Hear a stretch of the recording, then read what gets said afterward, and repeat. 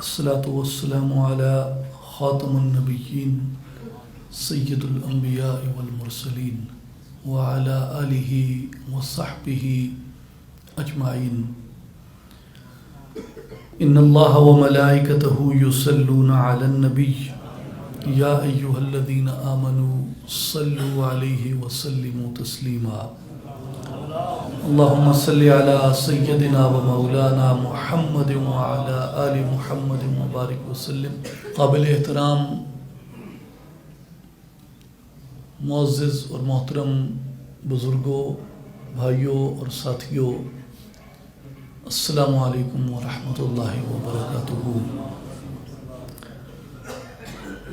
اللہ تعالیٰ نے ہمیں یہاں کلمہ خیر پہ جمع کیا، اس کا شکر ہے، اور ہمیں اس کے حضور یہ دعا کرتے رہنا چاہیے کہ وہ ہمیں ہمیشہ کلمہ خیر پہ جمع کرے اور کلمہ خیر پہ ہمیں منتشر کرے اور کلمہ خیر پہ ہمارا اختتام کرے اور قیامت کو بھی ہمیں اہل خیر کے ساتھ کھڑا کرے. شمسی برس کا، شمسی سال کا آج پہلا دن ہے. ہم سب کو اپنے لیے، اپنے اس شہر کے لیے، اس علاقے کے لیے جہاں ہم موجود ہیں، اور اس مملکت خداداد اسلامی جمہوریہ پاکستان کے لیے اور کل عالم کے مسلمین اور مسلمات، مومنین و مومنات کے لیے دعا کرنی چاہیے کہ اللہ تعالی ہماری مصیبتوں کو کم کرے، ہماری مشکلات کو کم فرمائے، اور یہ برس گزشتہ برسوں کی طرح ہمارے لیے، اس ملک کے لیے اور کل امت اسلامی کے لیے مشکلات کا سال نہ ہو، آسانیوں کا سال ہو، خیر کا سال ہو. اور ہر سال ایک تازہ ہمارے لیے آفت لے کے آتا ہے. ہماری اعمال کی کمزوری ہے، ہمارے گناہوں کا سبب ہے، اور خاص کر اس وقت جس غیر یقینی صورتحال سے دنیا گزر رہی ہے، جس آفت سے، جس وبا سے، اللہ تعالیٰ ہر ایک کو اس آفت سے، بلا سے، وبا سے محفوظ رکھے اور ہم سب کی حفاظت فرمائے. اور وہ وبائیں، وہ آفتیں جو بدن کی تکلیف اور بیماری کا یا موت کا سبب ہیں، اللہ تعالیٰ ہمیں ان سے بھی محفوظ رکھے. وہ آفتیں، وہ بلائیں، وہ بیماریاں جو عقل کی تکلیف اور موت کا سبب ہیں، اللہ تعالیٰ ہمیں ان سے بھی محفوظ رکھے. وہ آفتیں، وہ وبائیں، وہ بیماریاں جو ہماری روح کی تکلیف کا اور موت کا اور المیے کا سبب ہیں، اللہ تعالیٰ ان سے بھی ہمیں محفوظ رکھے.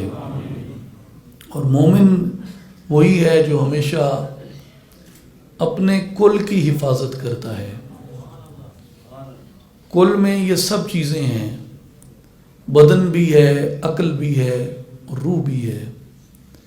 بدن کی توانائی، عقل کی توانائی، روح کی توانائی، یہ تینوں ایک مومن کے ایمان کے اجزاء ہیں مختلف، جن کو جمع کر کے اس کا کل بنتا ہے.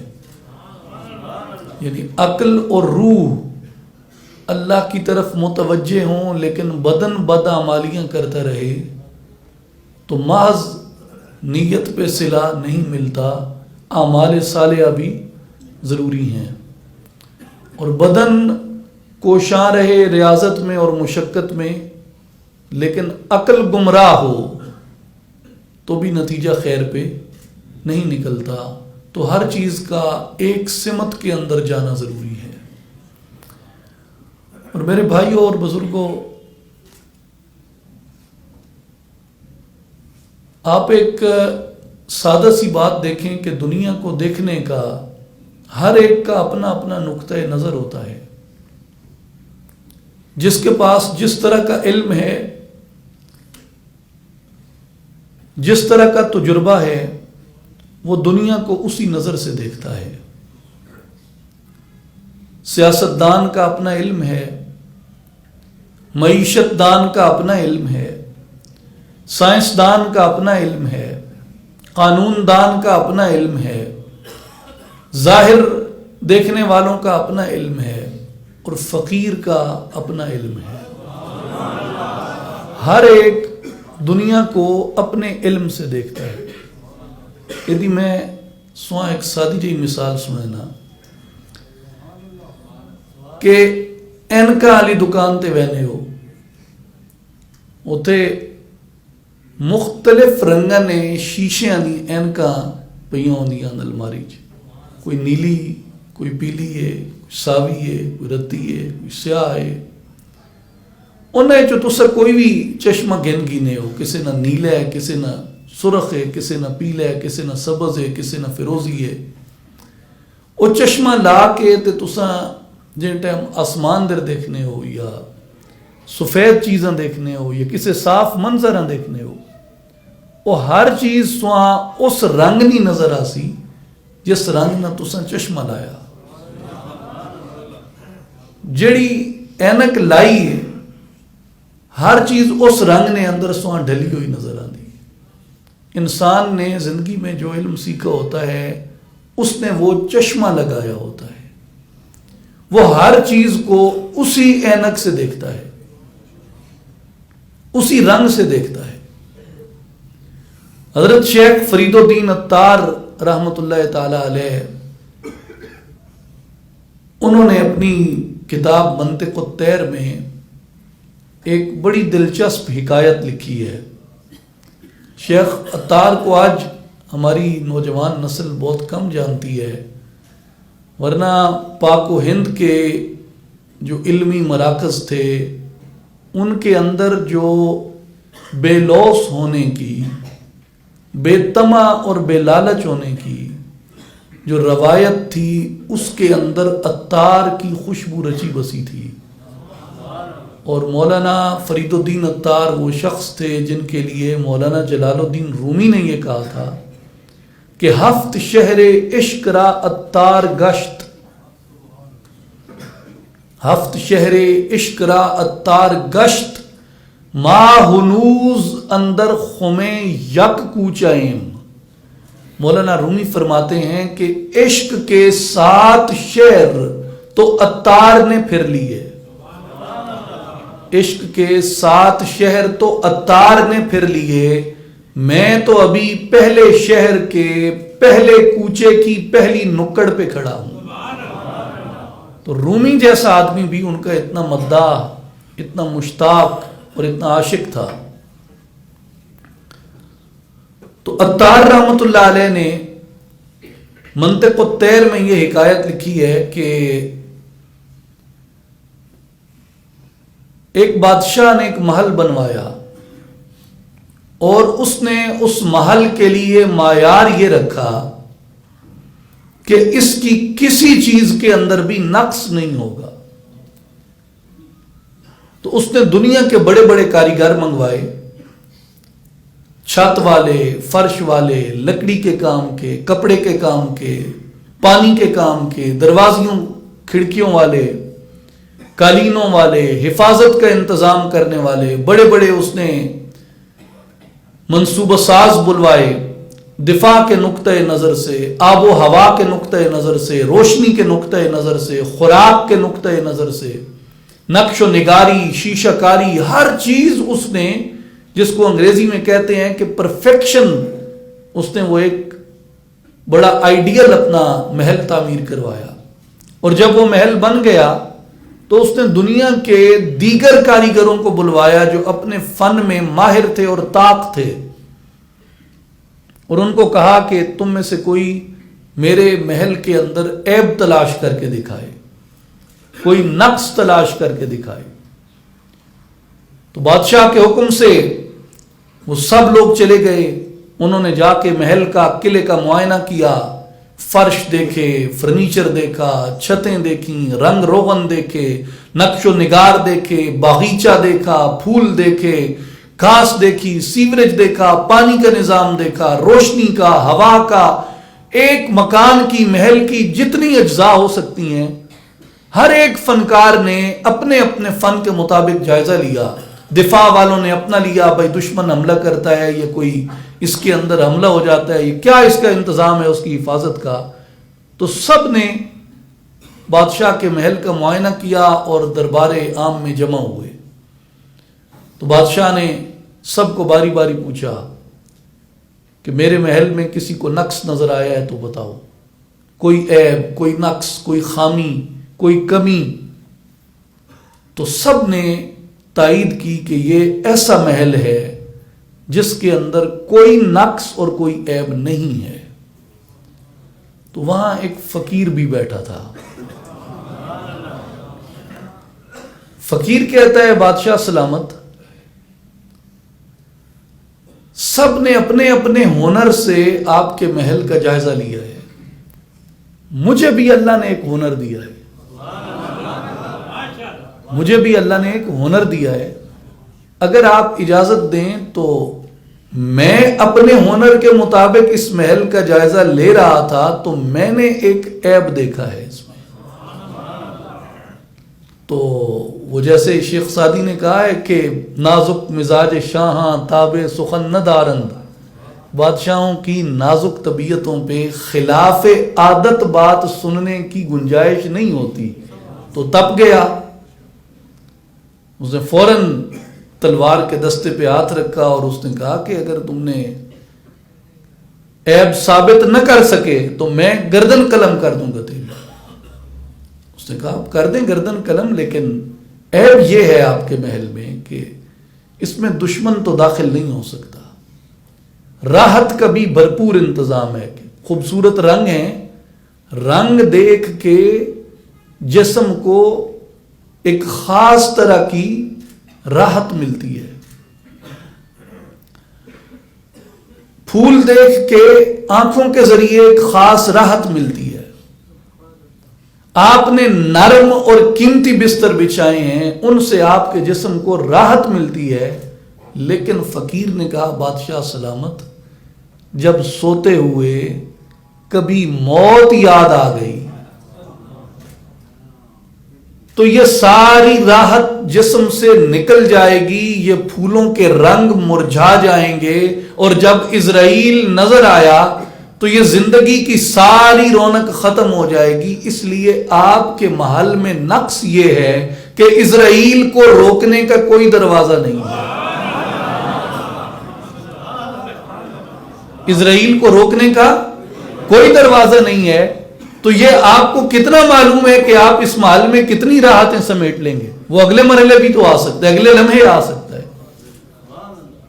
ہر ایک کا اپنا فن ہے، ہر ایک کا اپنا جوہر ہے، ہر ایک اپنے فن سے دنیا کا جائزہ لیتا ہے، دنیا کو دیکھتا ہے. اور جو فقیر ہے وہ اپنے فن سے، اپنے ہنر سے دنیا کو دیکھتا ہے. اس لیے فقیر کی جو نظر ہے اور مومن کی جو نظر ہے، جو مومن کی نظر ہے، جو مومن کی آنکھ ہے، وہ اس دنیا پہ اور اس کی متاع پہ نہیں رہتی، بلکہ وہ آخرت کی طرف دیکھتا ہے، آگے کی دنیا کی طرف دیکھتا ہے کہ اس کے بعد کیا آنے والا ہے میری طرف. اس لیے مومن رہتا اس دنیا میں ہے، مگر اپنے اعمال کو اس دنیا سے زیادہ آخرت کے لیے مفید بناتا ہے. کہ اس دنیا کے اعمال تبھی مفید ہیں اگر وہ آخرت کے لیے مفید ہیں. جسے علامہ اقبال رحمۃ اللہ علیہ فرماتے ہیں کہ نگاہ موت پہ رکھتا ہے مرد دانش مند. اللہ نے جسے دانش دی ہے، جسے عقل دی ہے، وہ اپنی نگاہ زندگی پہ نہیں رکھتا بلکہ وہ اپنی نگاہ موت پہ رکھتا ہے. کیوں؟ کہ یہ جو مقام ہے، یہ جس دنیا کے اندر ہم آئے ہیں، یہ عارضی قیام گاہ ہے، یہ ہمارے مراحل میں سے ایک مرحلہ ہے. آپ غور کریں کہ اس دنیا میں آنے سے پہلے ایک مرحلہ ہر انسان کا ماں کے بطن میں گزرتا ہے. وہ اس دنیا سے بھی ہوتا ہے اور اس دنیا سے نہیں بھی ہوتا. وہ عالم ارواح کے اور دنیا کے درمیان ایک مقام برزخ ہے. جیسے جو قبر ہے یہ آخرت اور دنیا کے درمیان ایک برزخ ہے، اسی طرح جو بطن مادر کے اندر بچہ رہتا ہے وہ دنیا کے اور عالم ارواح کے درمیان ایک برزخ ہے. اور اس برزخ سے بھی پہلے انسان عالم ارواح کے اندر اس کی روح رہتی ہے. اور اس سے بھی پہلے اللہ تعالیٰ نے انسان کی خلقت و تخلیق کا واقعہ بیان کیا ہے کہ اس نے آدم علیہ السلام کے جسم کو کیسے تیار کیا. اور آدم علیہ السلام کے جسم کی تخلیق سے بھی پہلے اس نے یہ بتایا ہے کہ ایک مرحلہ انسان پہ ایسا بھی گزرا ہے لم یکن شیئا مذکورا، جس میں یہ کوئی قابل ذکر شے ہی نہیں تھا. اب قابل ذکر شے نہ تھا، وہاں سے عالم ارواح میں آیا. عالم ارواح سے وجود آدم علیہ السلام کا ظہور ہوا اور ان کو بنایا گیا، ان کو تخلیق کیا گیا. اور آدم علیہ السلام کے بعد نسل انسانی آگے چلی اور ماں کے پیٹ سے اس کا ایک مرحلہ آتا ہے. تو یہ اتنے مراحل انسان گزار کے یہاں پہ اس دنیا میں آتا ہے. آپ نے کسی کو دیکھا ہے جو یہاں مستقل رہتا ہوا آگے؟ ابراہیم بن ادم سے یہی سوال کیا تھا فقیر نے. فقیر جب آیا اس کے محل میں تو اس نے کہا جی میں سائل ہوں. ابراہیم بن ادم اپنے تخت پہ بیٹھے تھے، کہتے ہیں بولو. اس نے کہا جی میں اس سرائے میں، سرائے کہتے ہیں جسے آج کل ہوٹل کہتے ہیں جہاں کمرے کرائے پہ مل جائیں، کہتے ہیں جی میں اس سرائے میں قیام کرنا چاہتا ہوں. بادشاہ کو بڑا غصہ آیا. اس نے کہا کہ یہ سرائے ہے؟ اس نے کہا جی سرائے ہے تو اور کیا ہے؟ اس نے کہا سرائے کس طرح ہیں؟ اس نے کہا علی جناب سڈے تو پہلے اتنے کون ہے اس تخت تے؟ اس نے کہا جی میرے والد تھے. انہوں نے کہا جناب تے تواڈے والد بزرگوار تو پہلے کون ہے؟ آگے میرا دادا سی. آگے تے بادشاہ سلامت سڈے تو بعد کون آ سی؟ آگے مہنڈا بیٹا آ سی. اس نے کہا اتنے مسافر بدل گئے تے حالے سرائے نہیں بنی. اتنے مسافر بدل گئے تے حالے سرائے نہیں بنی. سرائے اور کساں کہنے بھئی سرائے یہی ہے نا کہ آج کوئی ہے، کل کوئی ہے، اگلے دن کوئی ہے، پھر اس تو اگلے دن کوئی اور ہے. تو مسافر ہو، گزرنے جانے ہوئے تو حضرت سلطان العارفین سلطان باہو رحمۃ اللہ علیہ نے بھی یہی فرمایا ہے کہ یہ دنیا ایک مسافر خانہ ہے. بن چلایا طرف زمین دے، عرشوں فرش ٹکایا ہوں. گھر تھی ملیا دیس نکالا، اساں لکھیا جھولی پایا ہوں. رونی دنیا نہ کر جیڑا، ساڈا اگے جی گھبرایا ہوں. اساں پردیسی ساڈا وطن دراڈھا یا حضرت باہو، دم دم غم سمایا ہوں. اصل اتنے مسافر آ رہے ہیں، اصل اتنے مسافر آ رہے ہیں. یہ سڈے قیام گاہ ہے، عارضی قیام گاہ ہے. اتوں ہر ایک اپنا بستر بوریا مال متا پچھلے واسطے چھوڑ کے اگے اس ٹر جامنے. علامہ اقبال صاحب فرمانن کہ موت کو سمجھے ہیں غافل اختتام زندگی، کہ تو موت کو زندگی کا اختتام سمجھتا ہے اس لیے تو غافل ہے. جو غافل ہے اس کی نشانی کیا ہے کہ وہ موت کو زندگی کا اختتام سمجھتا ہے. موت زندگی کا اختتام نہیں ہے.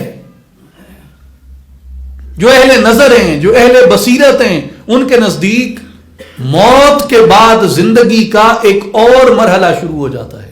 موت کو سمجھے ہیں غافل اختتام زندگی ہے یہ شام زندگی صبح دوام زندگی.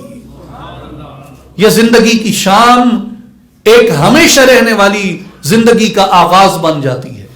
اور جب آدمی برزخ میں جاتا ہے اس لیے برزخ کے اندر بھی انسان کی ایک زندگی بیتتی ہے.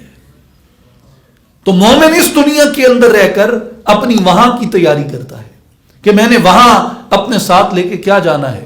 حضرت سلطان العارفین سلطان باہو رحمۃ اللہ علیہ فرماتے ہیں کہ قبراں دے وچ ان نہ پانی، خرچ لڑیندا گھر دا ہو. ایک وچھوڑا ماں پیو بایاں، دوجا عذاب قبر دا ہو. کہ ایک تو ماں باپ سے بچھڑ کے گئے، پھر آگے قبر سر پہ کھڑی ہے، تو وہاں تمہارے پاس کیا ہے؟ مال و متاع تو یہاں تو روشنی ہے، یہ برقی قمقمے لگے ہیں، بلب لگے ہیں، لیکن قبر میں تو یہ چیز نہیں جاتی ساتھ۔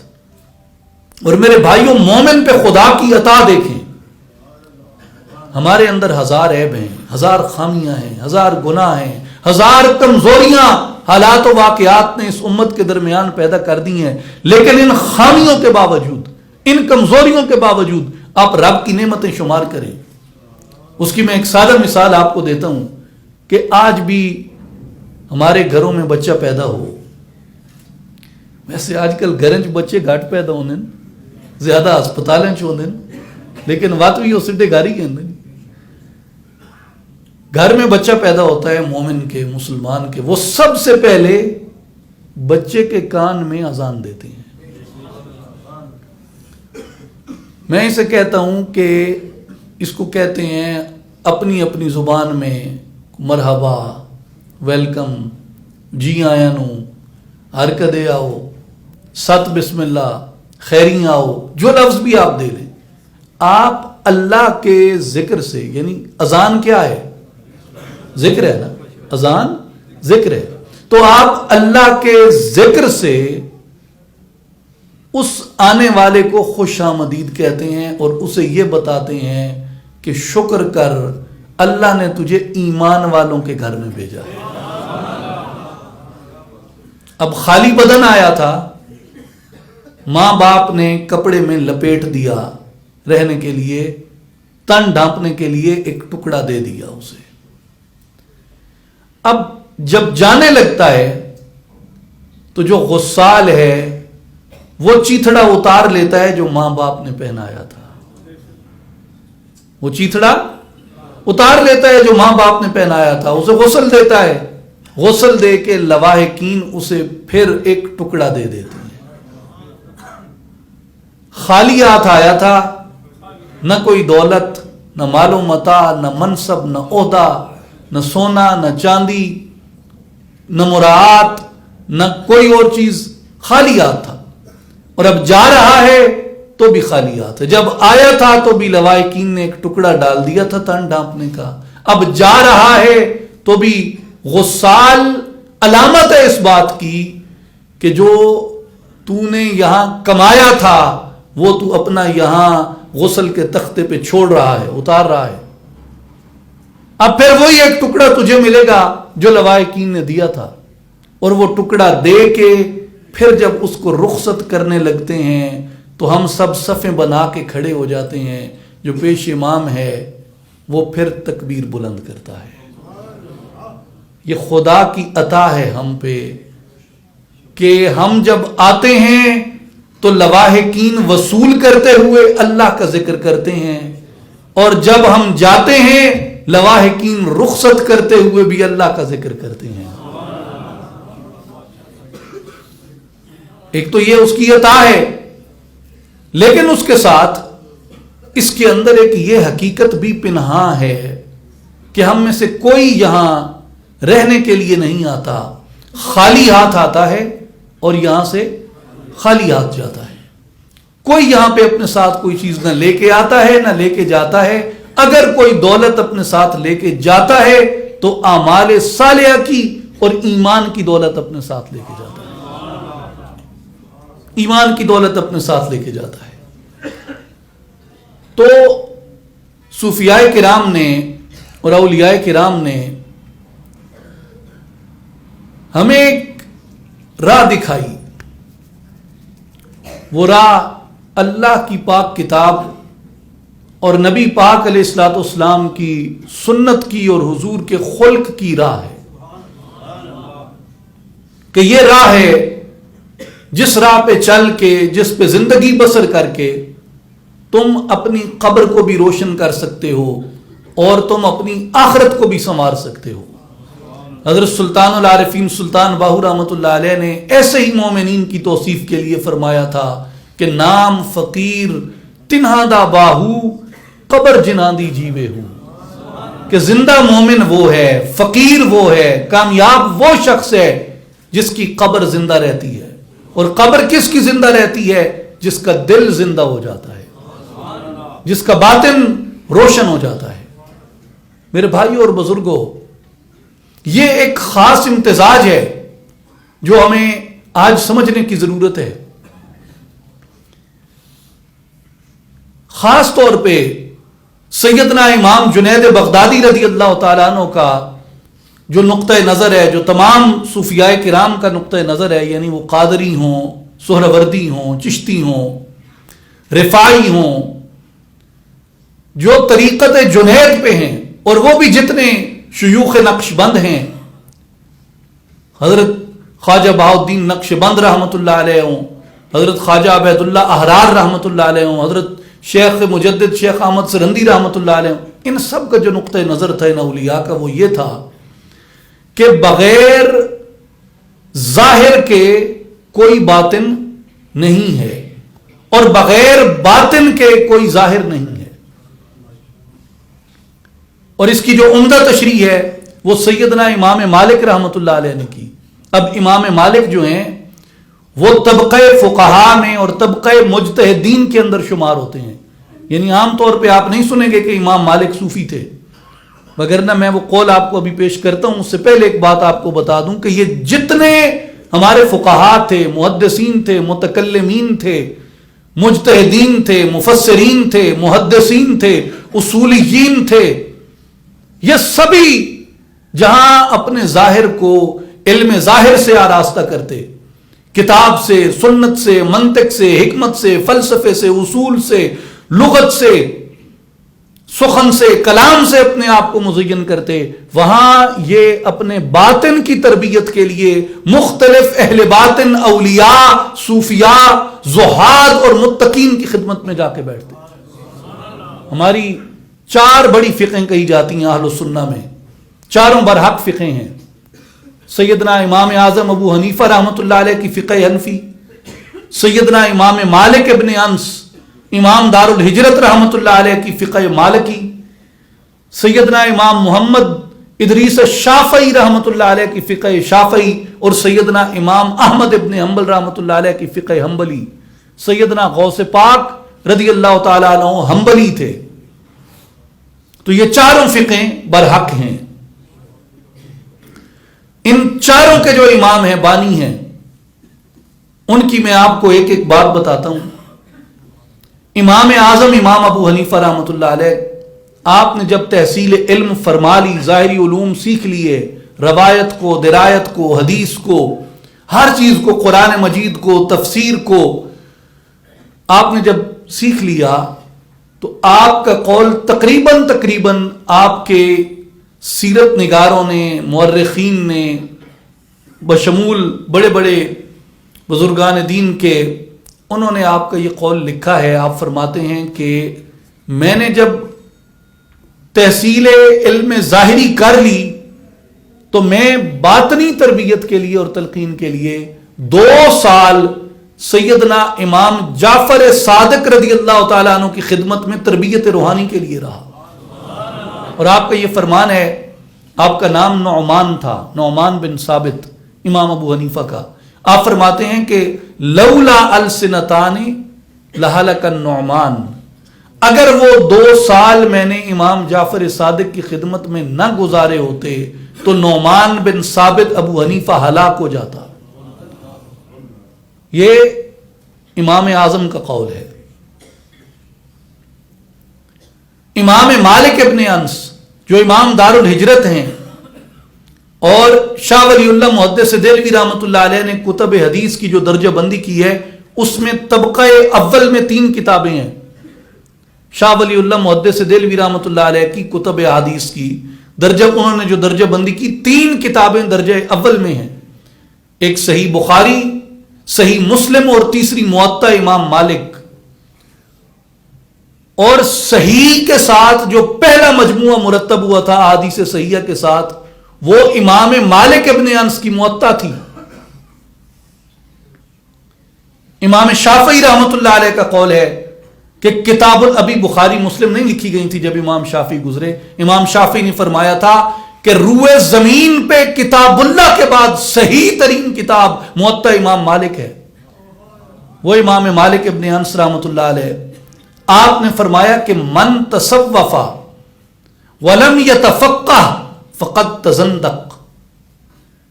جس نے تصوف سیکھا مگر ظاہری علوم کو ترک کر دیا تحقیق وہ گمراہ ہو گیا. جس نے تصوف سیکھا مگر ظاہری علوم نہ سیکھے تحقیق وہ گمراہ ہو گیا. ومن تفقہ ولم یتصوف فقد تفسق. جس نے علوم ظاہری تو سیکھے مگر تربیت روحانی کو حاصل نہ کیا فقد تفسق. امام مالک نے فرمایا کہ وہ فسق و فجور میں مبتلا ہو گیا. جس کی سادہ تشریح علامہ اقبال نے بالفاظ دیگر کی تھی کہ دین ملا فی سبیل اللہ فساد. اور امام مالک نے فرمایا کہ ومن جمع بینہما فقد تحقق. جس نے دونوں کو جمع کر لیا اس نے حق ادا کر دیا. یعنی علوم ظاہریہ بھی سیکھ لیے اور علوم باطنیہ بھی سیکھ لیے. امام شافعی رحمۃ اللہ علیہ موجودہ عرب دنیا کے سب سے بڑے امام، یعنی عربوں میں سب سے زیادہ دو فقہ ہیں، ایک فقہ شافعی ہے اور ایک فقہ حنبلی ہے. عربوں میں عدم تقلید کا کوئی رواج نہیں ہے. جو عدم تقلید ہے یہ زیادہ تر پاک و ہند کے اندر ہے. عرب کے اندر یا وہ مقلد امام شافعی کے ہیں یا وہ مقلد امام احمد ابن حنبل کے ہیں. تو امام شافعی رحمۃ اللہ علیہ، آپ کی ایک بات خطیب بغدادی رحمۃ اللہ علیہ نے تاریخ بغداد میں لکھی ہے. امام شافعی کی قبر مبارک قاہرہ میں ہے، مصر میں، لیکن آپ خلافت عباسیہ کے زمانے میں بغداد میں ایک طویل عرصہ رہے. اور امام شافعی رحمۃ اللہ علیہ فرماتے ہیں کہ میں جب بغداد میں تھا تو مجھے کئی عقدے پیش آ جاتے. یہ بڑی یاد رکھنے کی بات ہے. آپ فرماتے ہیں مجھے کئی عقدے پیش آ جاتے، کئی مشکلات مجھے پیش آ جاتی، تو میں کیا کرتا؟ لَأَتَبَرَّكُ بِأَبِي حنیفہ، میں ابو حنیفہ سے برکت حاصل کرتا. 150 ہجری میں امام اعظم کا انتقال ہے اور 150 ہجری میں امام شافعی کی ولادت ہے. تو بغداد کے قیام میں وہ امام ابو حنیفہ سے برکت کیسے حاصل کرتے ہیں جبکہ امام ابو حنیفہ تو اس سے 30-40 سال پہلے وفات پا چکے؟ تو کیسے برکت حاصل کرتے ہیں وہ؟ امام شافعی رحمۃ اللہ علیہ فرماتے ہیں کہ وہ برکت میں ایسے حاصل کرتا کہ مجھے جب کبھی کوئی مسئلہ آتا میں امام اعظم ابو حنیفہ کی قبر انور پہ جاتا، قبر کے قریب 2 رکعت نماز نفل ادا کرتا اور اللہ تعالیٰ کے حضور ہاتھ اٹھا کے اس مقام برکت سے دعا کرتا. میرے ہاتھ ابھی نیچے نہ آتے کہ اللہ تعالیٰ میری اس مشکل کو حل فرما دیتا. وہ فرماتے ہیں کہ یہ برکت میں امام اعظم ابو حنیفہ سے حاصل کرتا. دوسری بات امام شافعی کی، امام شافعی رحمۃ اللہ علیہ اتنے بڑے عالم، یعنی چند لوگ ہیں علماء اسلام میں جن کو امیر المؤمنین فی الحدیث کہتے ہیں. امیر المؤمنین فی الحدیث، ان میں امام مالک بھی ہیں، امام بخاری ہیں، امام مسلم ہیں اور امام احمد ابن حنبل ہیں اور امام شافعی رحمۃ اللہ علیہ ہیں. امیر المؤمنین فی الحدیث امام شافعی رحمۃ اللہ علیہ اتنا بڑا عالم، اتنا بڑا فقیہ، مجتہد، مگر آپ کے جو شیخ تھے جن سے آپ اپنے معاملات روحانی بیان کیا کرتے وہ شیخ شیبان الرائی رحمۃ اللہ علیہ تھے اور وہ امی بزرگ تھے. امی کسے کہتے ہیں؟ امی آکھنے جیڑا ان پڑھ ہوئے، جس ظاہری علم نہ پڑھیا ہوئے. حضرت سلطان صاحب رحمۃ اللہ علیہ نے بھی فرمایا ہے کہ من و محمد عربی ہر دو امی بودے ہیں، کہ میرے پاک نبی صلی اللہ علیہ وآلہ وسلم بھی ظاہراً کہیں نہیں پڑھے اور فرماتے ہیں کہ فقیر باہو بھی ظاہراً کہیں نہیں پڑھا. اگرچہ مارا نیس دل میں ظاہر ز علم باطنی جاں گشت طاہر. اگرچہ میں نے ظاہری علم نہیں پڑھا مگر علوم باطنیہ سے اللہ تعالیٰ نے میرے ظاہر کو بھی روشن فرما دیا ہے. تو امام شافعی اتنے بڑے عظیم محدث، فقیہ، مجتہد، امام، مگر شیبان الرائی کے پاس جا کے بیٹھتے. چوتھی فقہ حنبلی سیدنا امام احمد ابن حنبل رحمۃ اللہ تعالی علیہ، آپ سیدنا بشر حافی رحمۃ اللہ علیہ سے اکتساب فیض کرتے اور اکتساب علوم روحانیہ کرتے.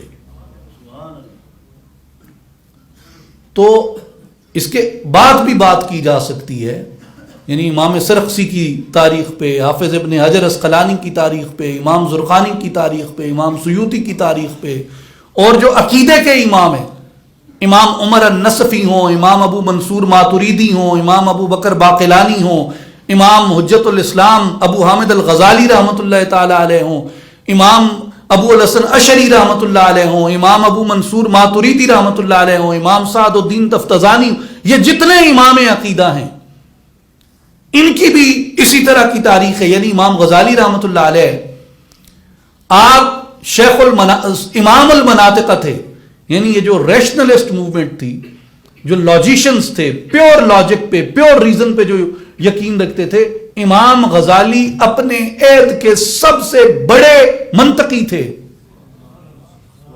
اور ایسی معرکۃ الاراء کتب ہیں، وہ مقاصد الفلاسفہ ہو، تحافت الفلاسفہ ہو، یعنی فارابی، ابن سینا، اس پائے کے جو بڑے بڑے منطقی تھے، بڑے بڑے علماء تھے، سائنسدان تھے، طبیعیات کے ماہرین تھے، امام غزالی کی منطق کے سامنے نہیں ٹک سکتے تھے. لیکن امام غزالی فرماتے ہیں کہ ایک مقام ایسا آ گیا کہ میرے اندر اضطراب پیدا ہو گیا کہ اگر علم صرف منطق پہ کھڑا ہے تو جس منطق سے میں حقیقت کا اقرار کرتا ہوں، میں نے منطق پہ اتنا عبور پا لیا ہے کہ میں اسی منطق سے حقیقت کا انکار بھی کر سکتا ہوں. تو حقیقت کدھر ہے پھر؟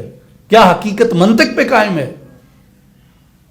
یہاں آپ کو اصول جو ہے عقیدہ کا وہ آپ کو یہ بتاتا ہے. اور جو سارا مقدمہ تھا حضرت علامہ اقبال رحمۃ اللہ تعالی علیہ کا وہ یہ تھا کہ فقط حس سے کام نہیں چلتا، فقط عقل سے کام نہیں چلتا، حس اور عقل کے ساتھ مخبر صادق کی خبر ضروری ہے، جو سچ کی خبر دینے والا ہو. یعنی وحی، اور وحی کے خاتمے کے بعد یعنی ختم نبوت کے بعد وہ صوفیاء کاملین کا طبقہ ہے اللہ تعالیٰ نے جن کو باطنی علوم اور مشاہدات عطا فرمائے. امام غزالی رحمۃ اللہ علیہ آپ نے پھر ایک موقع پہ آ کے جب اضطراب بہت بڑھ گیا، آپ شیخ الجامعہ بغداد تھے.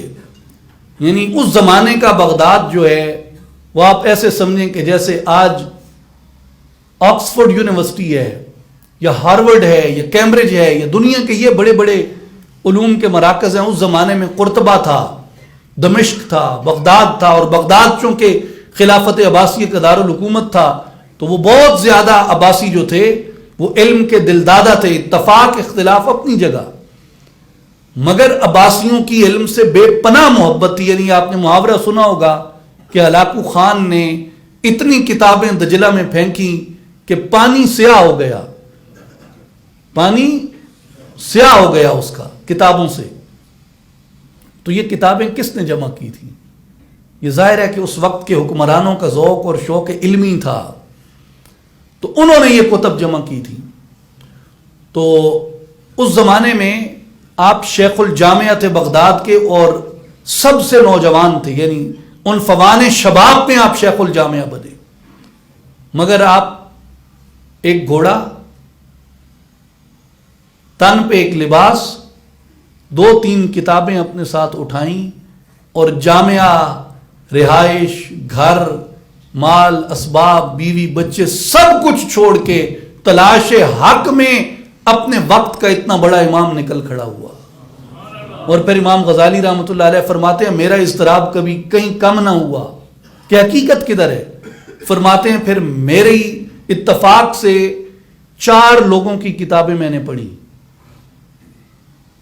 امام غزالی کہتے ہیں 4 لوگوں کی کتابیں میں نے پڑھی. المنقذ من الدلال میں یہ آپ نے لکھا ہے. ایک حارث المحاسبی، دوسرے جنید بغدادی، تیسرا ابو طالب مکی، چوتھا ابو قاسم القشیری. ان 4 لوگوں کی کتابیں میں نے پڑھی اور یہ چاروں صوفیاء ہیں. امام قشیری کا رسالہ قشیریہ اردو زبان میں بھی مل جاتا ہے، انگریزی میں بھی مل جاتا ہے، دنیا کی ہر زبان میں ترجمہ ہوا ہے.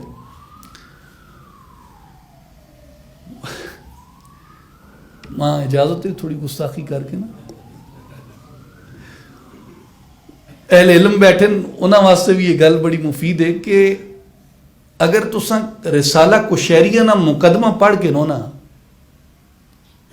سواں یہ پتہ لگ ویسی کہ یہ جڑے جیلی تے فراڈیے پیر لگے پھر دن یہ 21ویں صدی پیدا نہیں ہوئے.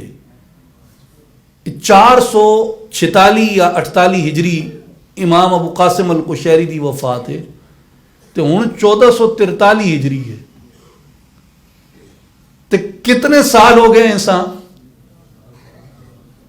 1000 سال قمری لیونر کیلنڈر دے مطابق، قمری کیلنڈر دے مطابق 1000 سال پہلے وہ لکھیا گیا ہے. تو اگر مقدمہ پڑھو تو سواں اینے لگ سی کہ اے اج نے جیلی فراڈیے پیروں دے بارے امام ابو قاسم قشیری لکھے کہ میں اس واسطے کتاب پہ لکھنا کہ لوگاں دس سکاں کہ فراڈیاں نے وچ تے اصل نے وچ فرق کے ہوئے. کئی بندے پوچھتے نا کہ یار بنا میں تصوف بڑا فراڈ ہونا ہے. میں کہتے ہیں کدی سنیے کہ کینیانی کرنسی پہ جیلی وکنی گئی؟ کیوں بھائی کدی سنے تو کہ کینیانی جیلی کرنسی پہ وکنی؟ کہ نہیں. میں کہ کیوں؟ آخر کرنسی نہیں ویلیو کوئی نہیں. میں کہتے کرنسی یورو جیلی وکنا ہے، ڈالر جیلی وکنا ہے، پاؤنڈ جیلی وکنا ہے. کیوں؟ کہ کرنسی نہیں ویلیو ہے. ہر بندے یہاں پتا اور چلا نہ چلا یہ چل سی. تے جیڑی کرنسی چ طاقت ہونی ہے نا جیلی اسے نہ وکنا ہے. تے جیڑی کرنسی چ طاقت نہ ہوئے او دا جیلی کون بڑھا سکتے ہیں؟ ماں کئی بندے آکھنے او جی سلطان صاحب دے نا تے لوگ بڑا فراڈ پہ کرنے تساں کیا آکھنے ہو اس بارے؟ میں کہ سلطان صاحب نی کرنسی نی ویلیو بڑی، کرنسی نی ویلیو ہے نا تے جال سازاں پتا بھائی یہ نہ اسا گنساں تے لوگاں اساں اگے لا گنساں اپنا راہ نہیں. لیکن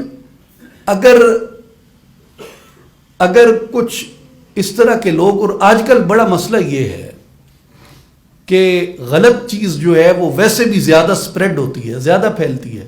سوشل میڈیا پہ مجھے بھی کئی لوگ بیچتے ہیں بڑے عجیب و غریب، اور میں تو خود دیکھتا ہوں اور بڑا حیران ہوتا ہوں کہ یار پیری مریدی اینی بھی ہو سکنی. یہ مذاق ہے نا، دین نہ ایک مذاق ہے. بزرگاں نے سلسلے نہیں توہین ہے، تحقیر ہے. اساں اتنے یہ زمین جیڑی جتھے اسی بیٹھے ہاں اس سڈی تے جا ہے، سڈے واسطے اجنبی نہیں، سڈے واسطے بھی اجنبی نہیں. حضرت سلطان محمد اصغر علی صاحب رحمۃ اللہ علیہ، حضرت سلطان محمد عبدالعزیز رحمۃ اللہ علیہ، حضرت محمد حبیب سلطان رحمۃ اللہ علیہ، حضرت سخی محمد امیر سلطان رحمۃ اللہ علیہ، حضرت سخی نور احمد سلطان رحمۃ اللہ علیہ، حضرت سلطان غلام باہو رحمۃ اللہ علیہ، پشتاں اتنے لگیاں آنیاں. تے اج تک کسے فقیر نے سفید دامن تے سواں ایک چھینٹ نظر نہ آئی. رچیا بسے ہویا اتنے بزرگاں نے سلسلے، انہوں نے دعاواں، انہوں نے تربیت اج تک لوگوں نے اندر لگی آنی. میں کئی باری میں بانگ دوہل کہنا کہ اج بھی اگر اس خطے نے اندر رہندی سہندی مروت ہے یا عاجزی ہے، اے صوفیانی تربیت نہیں برکت ہے، صوفیانی تربیت نہیں برکت ہے. اتنے پاکستان بن گیا. کیوں پاکستان کے بنیا؟ آخر جی پاکستان کا مطلب کیا؟ پاکستان کا مطلب کیا؟ پاکستان کا مطلب کیا؟ اے لا الہ الا اللہ جدے اسی جان دینے ہیں. اے لا الہ الا اللہ سڈے اندر کیوں پایا؟ اے لا الہ سڈے اندر انہاں پایا جنہاں ساں اے دسیا کہ کلمے نال میں ناتی دھوتی، کلمے نال ویائی ہوں، کلمے میرا پڑھیا جنازہ، کلمے گور سہائی ہوں، کلمے نال بہشتی جانا، کلمہ کرے صفائی ہوں، مڑن محال تنانو باہو جنہ صاحب آپ بلائی ہوں. میرے بھائیو ایک کلمے نہیں محبت کیوں پائی سیڑے اندر؟ اکھیلن جی علامہ اقبال نعرہ دیتا ہے یا خودی کا سر نہاں لا الہ الا اللہ، خودی ہے تیغ فساں لا الہ الا اللہ، یہ نغمہ فصل گلو لال کا نہیں پابند، بہار ہو کے خزاں لا الہ الا اللہ، یہ دور اپنے براہیم کی تلاش میں ہے، صنم کدا ہے جہاں لا الہ الا اللہ، خرد ہوئی ہے زمان و مکان کی زناری، زمان ہے نہ مکان لا الہ الا اللہ، یہ مال و دولت دنیا، یہ رشتہ و پیوند بتانے وہم و گما، لا الہ الا اللہ. تاکہ لا الہ الا اللہ نہ نعرہ علامہ اقبال دیتا ہے. میں کیا من گدا میں بھی علامہ اقبال اپنا پیر مننا، میں بھی علامہ اقبال اپنا مرشد مننا، لیکن ماں یہ دسو کہ علامہ اقبال ہے کلمہ کہیں سکھا.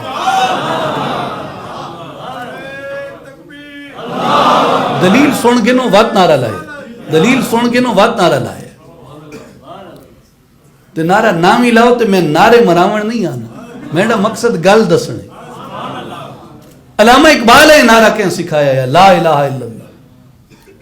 دو کتاباں، ایک کتاب دا نام ہے نور الہدا، حضرت سلطان العارفین سلطان باہو رحمۃ اللہ علیہ. دوسری کتاب دا نام ہے محق الفقر، حضرت سلطان باہو رحمۃ اللہ علیہ. ان دو کتاباں نے اندر حضرت سلطان صاحب رحمۃ اللہ علیہ نے ایک فارسی غزل ہے. میں علامہ اقبال نے غزل نہ پہلا شعر ایک باری وات پڑھ دینا تے وات میں سواں حضرت سلطان صاحب نے غزل نہ شعر سنا. علامہ اقبال صاحب فرمانے کہ خودی کا سر نہاں لا الہ الا اللہ، خودی ہے تیغ فساں لا الہ الا اللہ. حضرت سلطان صاحب رحمۃ اللہ علیہ نے علامہ اقبال دی وفات ہوئی ہے 1938. حضرت سلطان العارفین رحمۃ اللہ علیہ دی وفات ہوئی ہے 1691. ٹھیک ہے، 1691. حضرت سلطان صاحب فرمانن کے کلید کفل جناں لا الہ الا اللہ، نجات مردوں میں جان لا الہ الا اللہ. نبود ملک ملائک نہ دور چرخ کبود، کہ بود دور اما لا الہ الا اللہ. آکے ساں نعرہ پاکستان بڑھانے واسطے علامہ اقبال سکھایا ہے، میں کہتے علامہ اقبال ہے نعرہ صوفیاء نے سکھایا ہے. جس لا الہ نہیں محبت تے ملک بڑھے. علامہ اقبال نے یہ جڑی غزل شعراء تو استفادہ کر دیں، اس سے کوئی قباحت نہیں، ممانعت نہیں. میں بھی شاعر ہوں، کئی سو بزرگاں تو استاذہ تو فارسی اردو بندہ استفادہ کر دے. تو علامہ اقبال نے مولانا رومی تو استفادہ کیتا ہے، امام جامی تو استفادہ کیتا ہے، فخر الدین عراقی تو استفادہ کیتا ہے، حکیم ثنائی غزنوی تو استفادہ کیتا ہے. جڑی علامہ صاحب نے بڑی مشہور غزل ہے نعت ہے کہ وہ دان آئے سبل ختم الرسل مولائے کل، جس نے غبار راہ کو بخشا فروغ وادی سینہ، نگاہ عشق و مستی میں وہی اول وہی آخر، وہی قرآن وہی فرقان وہی یاسین وہی طٰہٰ. کہ علامہ اقبال آپ دستے نگلے شعر کہ میں اے تصور کتوں گدا. کہ علامہ صاحب فرمانن کہ سنائی کے سمندر میں غواسی نکی، ورنہ ابھی اس بحر میں باقی تھے لاکھوں لولوئے لالا. کہ میں اے موتی جڑے سونے شعر نے سواڈے اگے رکھن نعت پاک نی صورت وچ، اے میں حکیم ثنائی غزنوی دے کلام وچوں کڈے. تو شعراء تو استفادہ کرنے جڑا اردو نہ بہت بڑا غالب اعظم بڑے ہاں، وہ غالب صاحب نہ تے سارا کلام ہی بے دل نے کلام وچوں اخذ شدہ. گھر ملے حضرت بے دل کا خط لوہے مزار، اسد آئینہ پرواز معانی مانگے. تو بزرگ استفادہ کرنے اس غلط گل نہیں ہے، کوئی چھوٹی گل نہیں ہے. اقبال چھوٹا نہیں ہو جلنے دے نال، اقبال ہی رہنا، وہ بلکہ اور بلند ہو بہنا. جس تے ماں یقین ہونا کہ حضرت سلطان العارفین سلطان باہو رحمۃ اللہ علیہ نے اپنی زبان نے اندر 400 سال پہلے جو پیغام دیتا، وہ 400 سال بعد علامہ اقبال نے اپنی زبان پیغام ہوئی دیتا. تو میرا یقین اور زیادہ ہو جلنا کہ اے اس سے فکر نہ تسلسل ہے. تو میرے بھائی اور بزرگوں، جڑی اولیاء کرام دے سلسلے انہوں نے جو تربیت کی تھی، آج تک ہمارے سینوں کے اندر ہماری تربیت میں وہ چیز رچی بسی ہوئی ہے، وہ جاری و ساری ہے. اور امام غزالی رحمۃ اللہ علیہ نے امام قشیری کی بات کی، جہاں سے مجھے یہ بات یاد آئی. تو امام قشیری نے اپنے مقدمے میں لکھا ہے کہ نقل کو دیکھ کے اصل کا انکار مت کرو.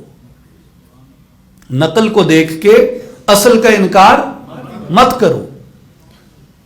وہ کہتے ہیں جی یہ اتنے جعلی پیر لگے پھرنے تو میں کہتے تے جڑی مسلمان قوم اتنے لگی پھرنی انہوں نے بھی کوئی ہے مقابلہ وقت انہوں لوگوں نے جڑے قرون اولا دے اندر گزر گئے.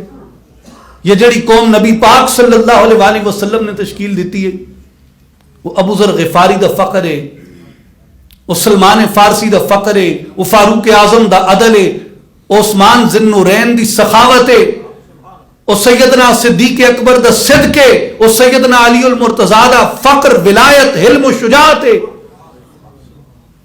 کتنے رکھ سوئے نا.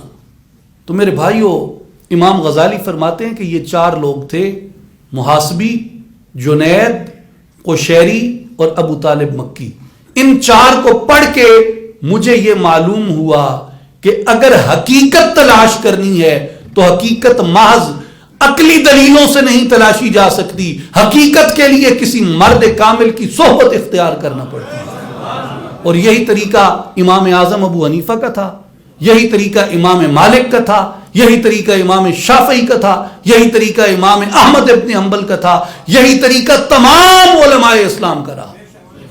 تو آج بھی جہاں ہمیں علوم ظاہریہ سے اپنے آپ کو اپنی اولادوں کو مزین کرنے کی ضرورت ہے, وہاں ہمیں بزرگان دین کی صحبت اور تربیت اختیار کرنی چاہیے. جو علم ہے یہ درس گاہ سے آتا ہے, اور جو حلم ہے یہ کسی شیخ کامل کی تربیت سے نصیب ہوتا ہے. علم کے ساتھ حلم ضروری ہے, اور اگر علم اکیلا ہو تو وہ امام مالک نے جیسے کہا کہ من تفقہ ولم یتصوف فقد تفسق, وہ فسق و فجور میں مبتلا ہو جاتا ہے جس علم کے ساتھ حلم شامل نہ ہو. میں آخری بات آپ سے عرض کر کے اجازت چاہوں گا. آخری ایک نکتہ اس پہ سمجھ لیں کہ جو آج بھی ہمیں درکار ہے وہ طریق باطنیہ ہے. مثال کے طور پہ آپ اس کی تفصیل میں اگر جائیں تو پوری ایک الگ نشست درکار ہے. میں ایک بات کہہ رہا ہوں, آپ کسی بھی عالم سے اس بات کی تصدیق کر سکتے ہیں, جسے ہم مسلک رضا کہتے ہیں. مسلک رضا امام اہل السنہ اشاہ امام احمد رضا خان حنفی القادری برکاتی رحمۃ اللہ تعالی علیہ کا جو مسلک ہے, جن میں آپ نے بعض مدارس سے اور بعض تحریکوں سے اختلاف کیا, وہ چند بڑے بڑے مسائل کیا ہیں؟ آپ اگر ان چند بڑے بڑے مسائل پہ غور کریں تو آپ کو یہ معلوم ہوگا کہ ان تمام مسائل کا تعلق عالم روحانیہ سے ہے اور علوم روحانیہ سے ہے. نور بشر کا جو مسئلہ ہے یہ سرکار دو عالم صلی اللہ علیہ وآلہ وسلم کے روحانی فضائل کا مسئلہ ہے. یا رسول اللہ کہنے کا اور یہاں سے ندا لگا کے درود و سلام پڑھنے کے مسئلے پہ جو اختلاف ہے, یہ خالصتاً اپنی نیچر میں اور اپنی فلسافیکل پوزیشن میں یہ ایک اسپرچول ایشو ہے, روحانی مسئلہ ہے. علم غیب کا جو مسئلہ ہے یہ ایک روحانی مسئلہ ہے. اور علم غیب پہ مجھے بات یاد آئی, علم غیب پہ اعلیٰ حضرت امام احمد رضا خان رحمۃ اللہ علیہ کی جو مارکۃ الآراء کتاب ہے, جو آپ نے خانہ کعبہ کے سامنے بیٹھ کے 8 گھنٹوں میں لکھی, دولت المکیہ بالمادۃ الغیبیہ, اعلیٰ حضرت کی کتاب ہے. اعلیٰ حضرت فرماتے ہیں کہ میرے جگر میں درد تھا اور مجھے شدید بخار تھا اور کوئی میری حالت نہیں تھی کہ میں کتاب لکھتا, لیکن چیلنج تھا. تو آپ فرماتے ہیں کہ میں فجر پڑھ کے زمزم کے چشمے پہ گیا, پانی پیا اور بیت اللہ شریف کے دروازے کے سامنے آ کے بیٹھ گیا. وہاں بیٹھ کے میں نے مراقبہ کیا اور میں نے عرض کی کہ بار الہ اپنے حبیب صلی اللہ علیہ وآلہ وسلم کے صدقے میری مدد کر. ایک سوال آن پڑا ہے, جواب اس کا لکھنا ہے, نہ کتب ساتھ ہے, نہ لائبریری ساتھ ہے, نہ صحت ہے, کیسے لکھوں, کچھ سوجھ نہیں رہا. تو فرماتے ہیں میں نے مراقبہ کر کے جیسے آنکھ کھول کے بیت اللہ کے دروازے کی طرف دیکھا تو میں نے دیکھا دروازے میں سید الانبیاء جلوہ فرما ہے. آپ کے دائیں کندھے کے ساتھ سیدنا علی المرتضیٰ کھڑے ہیں اور آپ کے بائیں کندھے کے ساتھ سیدنا غوث پاک کھڑے ہیں. اور فرماتے ہیں جیسے میں نے دیکھا تو مجھے مضمون القاء ہو گیا کہ میں نے کیا لکھنا ہے.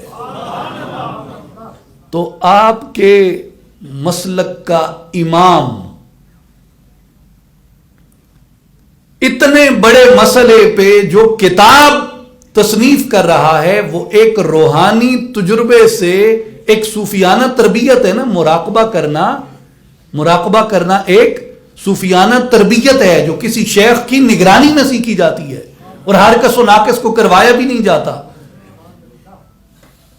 تو اتنے بڑے علمی مسئلے پہ امام شافعی بھی یہی کہتے تھے کہ میں امام ابو حنیفہ کی قبر پہ جاتا ہوں, اور امام احمد رضا خان رحمۃ اللہ علیہ بھی یہی فرماتے ہیں کہ میں نے مراقبہ کیا اور اس سے میرے سینے پہ یہ مضمون القاء ہوا اور میں نے اس کو تصنیف کیا. تو اس کے علاوہ بھی جتنے مسائل ہیں, یعنی قبور صالحین کی زیارت جو ہے یہ خالصتاً روحانی مسئلہ ہے. تو میرے بھائی اور بزرگوں, اگر علم میں اور حلم میں دوری آ جائے, فقہ میں اور فقر میں بعد آ جائے, فقہ میں اور فقر میں فقیہ اور فقیر الگ الگ چلنے لگ جائیں تو معاشرے ایسے ہی بگاڑ کا شکار ہوتے ہیں جیسے آج ہو رہے ہیں. تو علم کے ساتھ حلم تلاش کرو, فقہ کے ساتھ فقر تلاش کرو, ظاہر کے ساتھ اپنے باطن کو سنوارو, اور جو اخلاق نبوی ہے اس کو تھامو. یہ بد دعا ہوگی اس قوم کے لیے کہ کوئی یہ کہے کہ یہ قوم اخلاق سے خالی ہو جائے. میرے بھائیوں, اختتام گفتگو کا یہ ہے کہ ہمیں جہاں اپنے ظاہر کو عبادات سے مزین کرنے کی ضرورت ہے, اس کے ساتھ ساتھ ہمیں اپنے آپ کو اخلاق مصطفی سے مزین کرنے کی ضرورت ہے. نبی پاک صلی اللہ علیہ وآلہ وسلم کے روضہ اقدس سے حاضری دے کے آپ باب السلام سے سامنے آتے ہیں, معاجہ شریف سے آپ سلام کر کے باب جبریل سے باہر نکلتے ہیں. کونے میں جالی مبارک پہ امام عبداللہ حداد الیمانی کا ایک شعر لکھا ہے, وہاں جالی مبارک پہ آپ میں سے جن کو زیارت نصیب ہوئی ہے انہوں نے پڑھا ہوگا, نبی عظیم خلقہ خلق الذی لہ عظم الرحمن فی سید الکتب. میرے نبی وہ نبی صلی اللہ علیہ وآلہ وسلم جن کا اخلاق اتنا عظیم ہے کہ اس عظیم اخلاق کی عظمت کو اللہ نے کتابوں کی سردار کتاب کے اندر بیان کیا. وَإِنَّكَ لَعَلَىٰ خُلُقٍ عَظِيمٍ, اے میرے حبیب صلی اللہ علیہ وسلم ہم نے آپ کو اخلاق کے اعلیٰ ترین درجے پہ فائز کیا ہے. مولانا رومی رحمۃ اللہ علیہ فرماتے ہیں, در بہاراں کے شود سر سبز سنگ, در بہاراں کے شود سر سبز سنگ, خاک شوتا گل بروید رنگ رنگ. کیا کہ پتھر تے ہزار بارشیں گزر ونجنا تے پتھر تے پھل نہیں جمنا. ہزار بارشیں گزرن تے پتھر تے پھل نہیں جمنا. خاک شو آکے اس واسطے پتھر نہ بن وہ جلیا مٹی بن, پتھر نہ بن مٹی بن. کیوں کہ مٹی تے بارش پوے تے مٹی چو پھول جمنے. امام شافعی رحمۃ اللہ علیہ کے اشعار مجھے یاد آ گئے, وہ فرماتے ہیں کہ ان الفقیہ هو الفقیہ بفعلہ لیس الفقیہ بقولہ ومقالہ,